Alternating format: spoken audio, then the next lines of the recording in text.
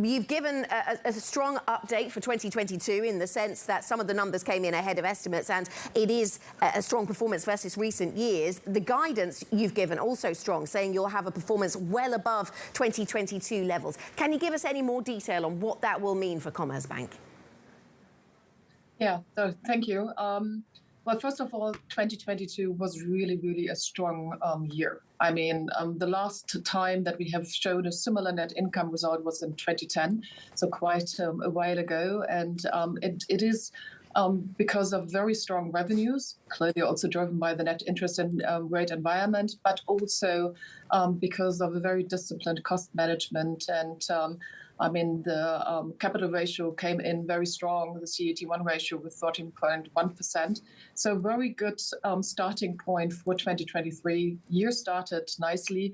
And therefore, we believe that we will go much beyond the 1.4 billion, which we have shown this year. And you see it basically in what we have guided on the net interest income, where we said that, yes, the basis planning is 6.5 billion, but there is a clear trend rather in the direction of the upside scenario, which would be rather 7.1 billion euros.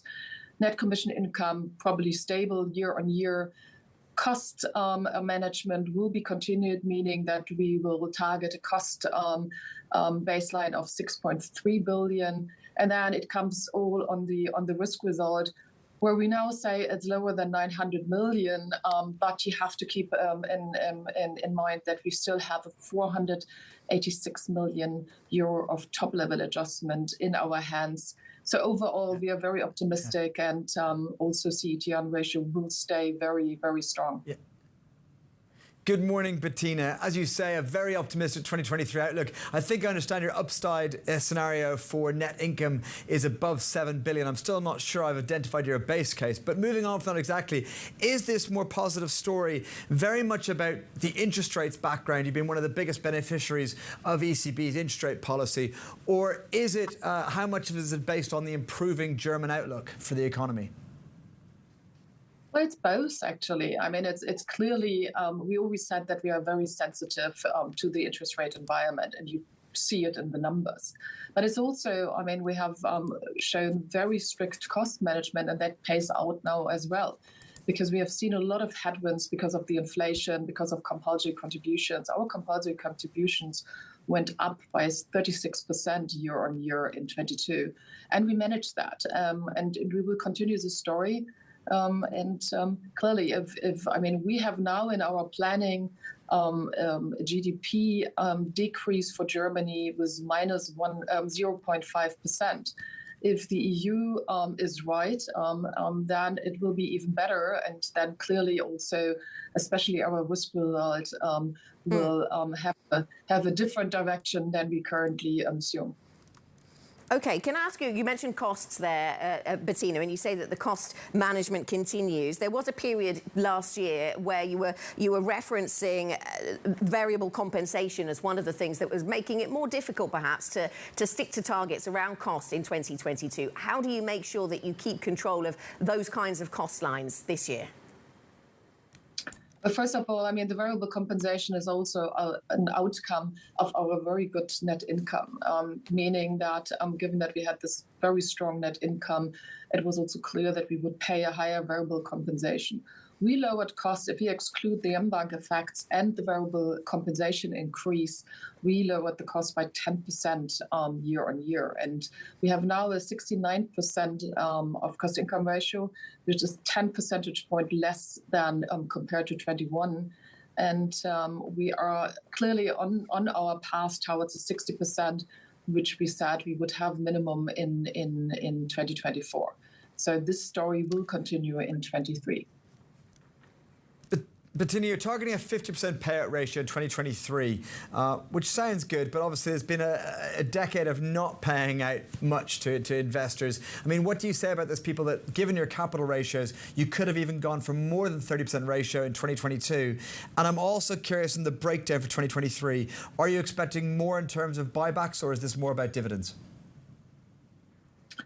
But first of all, I mean, we published the capital return policy last year, and we clearly said that in the first successful year of transformation, which is now 2022, we would start conservatively with a 30% payout ratio. And we delivered what we promised. We then said that we will continue the story with 50%. That's for 23. And all the rest we will see. I think it's very much dependent on how this year is developing. But even if you take a much higher net income and take 50%, I think there is quite a huge amount of capital return to be expected. Can I ask you about the Polish business, Bettina? You've taken charges against your Polish foreign exchange mortgage loans.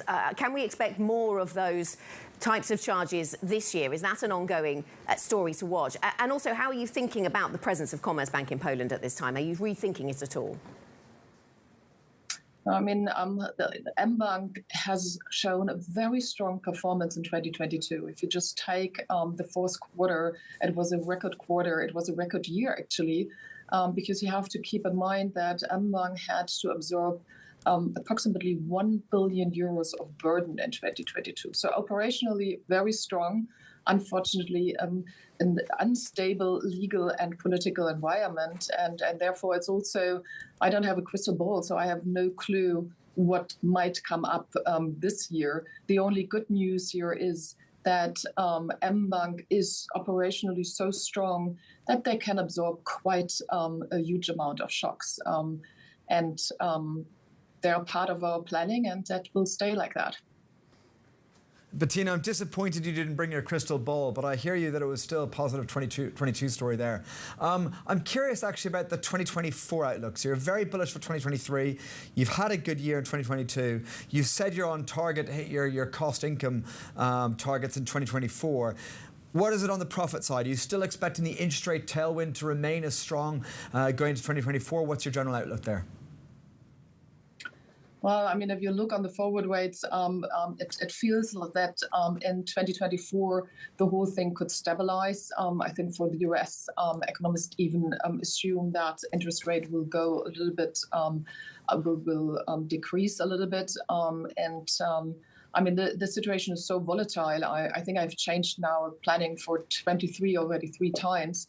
So we are very optimistic also for 2024. It's pretty clear that we have the targets out there, and we will achieve them. But more, I would like to see more to come in 23 before I really go deeply again in 24.